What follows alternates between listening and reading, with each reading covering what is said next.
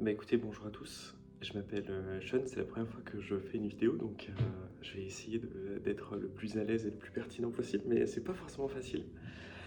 Et en fait, je fais cette vidéo pour vous parler d'un projet là que je vais mener pendant 3 mois.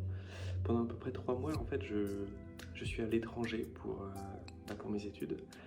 Et donc, j'ai pas toutes ces distractions que j'ai chez moi. Et je voulais me lancer sur le développement de jeux. J'avais une petite idée là qui est dans ma tête, qui commence à être sur papier, mais que je n'ai pas fini d'écrire. Et le but, c'est de partager en fait avec celui qui veut l'entendre, mon expérience sur le développement de jeux vidéo, quelles vidéos j'ai regardées, etc. Voilà, c'est vraiment le jour 1, donc j'ai pas vraiment de retour, etc. Je vais juste vous donner en fait le parcours que j'ai fait, quoi. En tout cas pour l'instant. Et l'idée, c'est d'évoluer comme ça sous plusieurs jours, plusieurs semaines, plusieurs mois sur le développement de jeux vidéo. Et puis à la fin, pouvoir créer son propre jeu vidéo et le partager, quoi. J'ai pas forcément envie de faire de sous ou de choses comme ça. En tout cas, c'est pas le premier projet. Le premier objectif, c'est d'apprendre le développement de jeux vidéo et puis voilà, pouvoir s'amuser à fond. Donc là, ça fait quelques jours que je suis dessus, mais j'ai pas fait de vidéo parce que voilà, je savais pas trop ce que j'allais faire, etc. Mais je me suis dit, pourquoi pas essayer de le documenter. Et puis comme ça, le but, c'est d'avoir des retours positifs d'autres personnes qui ont peut-être plus d'expérience sur ce domaine-là. Donc en tout cas, pour le premier jour, en fait, j'ai suivi un tuto de Backkeys, pardon, qui s'appelle How to make a video game pour Godot. Et puis c'est un tutoriel pour les débutants. Et donc en fait, ce tutoriel m'a permis d'apprendre plusieurs éléments importants sur Godot. Déjà d'apprendre à un petit peu à connaître l'outil, comprendre les différents outils qui sont dedans. Bon, ça tremble un peu, hein, le setup il est horrible. Mon téléphone tient sur une boîte de glace et est retenu par une enceinte. Voilà, c'est le seul objet lourd que j'ai trouvé pour le tenir. Mais ce n'est pas grave ça. J'ai pu apprendre le déplacement de joueurs. De toute façon, dans tous les cas, je vais essayer de vous montrer des images de ce que j'ai pu faire. Et on apprend aussi à créer un décor, créer de la collision sur ces décors-là, etc. À avoir un ennemi qui tue le joueur, etc. Donc ça, c'est un peu tout ce que j'ai appris dans le premier tutoriel. Et je me suis lancé un petit défi. C'est pas vraiment un petit défi, mais c'est plutôt un petit objectif en plus, c'est d'ajouter un élément qui n'est pas du tout dans le tutoriel. Essayer d'utiliser ce que j'ai appris. Parce qu'en fait, on a l'impression d'être hyper fort. Une fois qu'on finit le tuto, je me suis senti développeur de jeux vidéo déjà. Alors que pas du tout. En fait, dès que tu essayes de faire quelque chose qui sort un peu du tuto, là tu te rencontres, tu rencontres beaucoup de difficultés. Et donc c'est ça un petit peu l'objectif, c'est de contrer un peu cette fausse croyance, quoi. C'est d'essayer vraiment de comprendre et d'apprendre des choses, mais aussi de les maîtriser, quoi. Pouvoir le refaire dans un environnement qui est un peu hors tuto, quoi. Donc là, l'idée, c'était d'ajouter un petit chat pour... je sais pas, un petit chat comme ça, une sorte de petit personnage. Donc j'ai téléchargé l'asset alors je crois que c'était Itchy. Voilà, sur le itch.io, j'ai trouvé un petit asset, donc 2D pixel art cat sprite. Et l'idée, c'était d'ajouter ce petit chat dans mon jeu, quoi. L'objectif, c'était de réussir à faire en sorte que je puisse interagir avec le chat. Donc soit pouvoir le caresser, soit pouvoir juste le voir, quoi. Juste pour venir discuter avec lui, enfin discuter pas vraiment, etc. Donc là, l'idée, c'est que en haut à gauche de mon écran, j'ai un petit chat qui apparaît et qui lance des animations idle, on appelle ça. Donc c'est quand le personnage, l'élément ne bouge pas, il a une sorte d'animation d'AFK. En gros, c'est un peu l'idée. Et dans l'asset du coup que j'ai téléchargé, j'avais plusieurs animations. D'ailleurs, je vous conseille de le récupérer et tout, parce que c'est un super asset. Elson's Pixel Art Shop.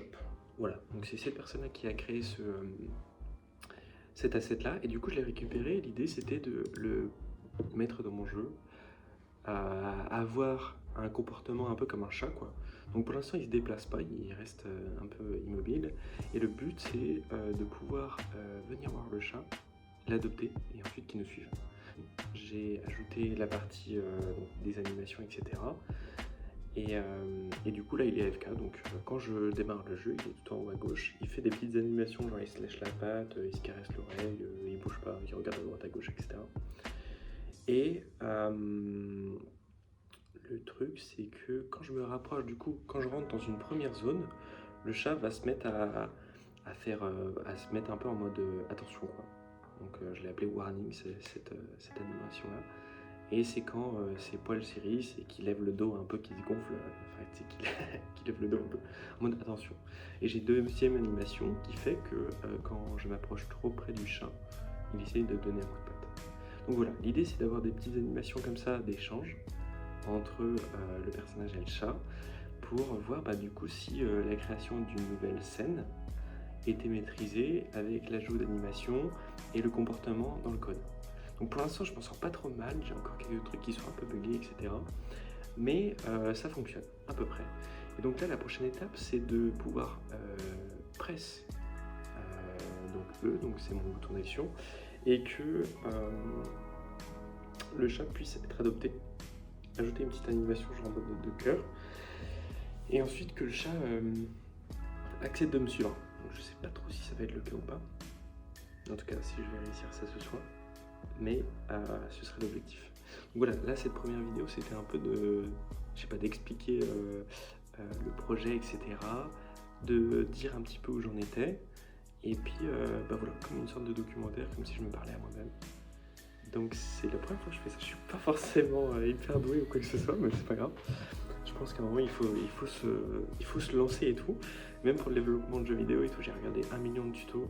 Et j'avais un peu le sentiment que il n'y a pas de bonne manière et que chaque vidéo qu'on regarde va nous pousser vers une autre manière. Genre par exemple pour le moteur de jeu, il y a 1 million de vidéos qui disent ouais celui-là c'est le meilleur, celui-là c'est le meilleur, celui-là c'est le meilleur.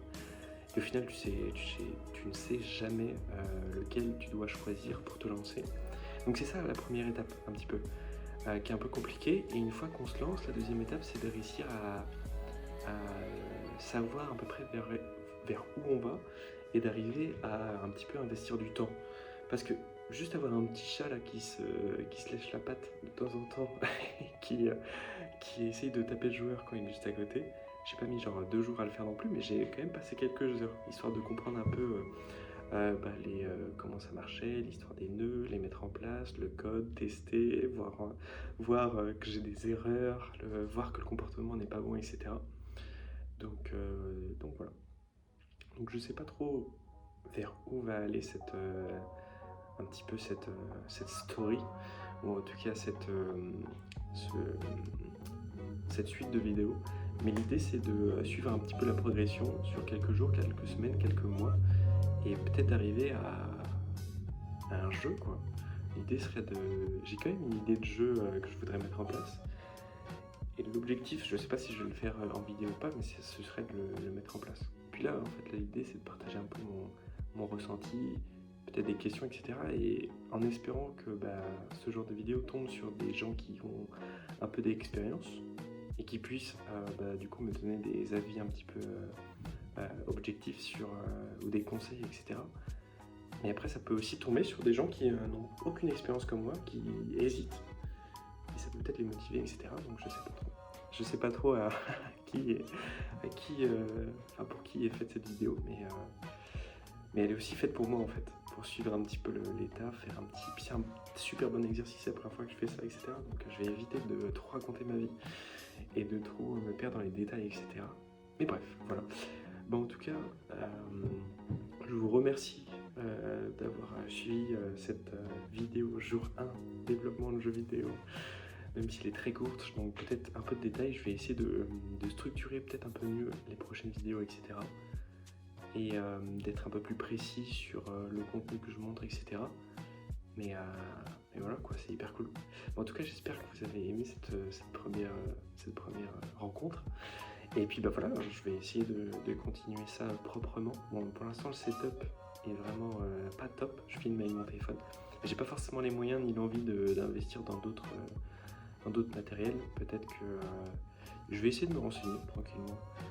Mais pour l'instant, rien ne me presse. Comme ce n'est pas mon boulot, ma première activité, c'est juste un petit hobby comme ça. Je teste. Bon, en tout cas, merci beaucoup. Et puis du coup, je vous dis à la prochaine pour une prochaine vidéo, une prochaine étape. Je ne sais pas trop où j'en serai, mais l'idée c'est de continuer. Bon, en tout cas, merci beaucoup et puis à la prochaine. Ciao, ciao.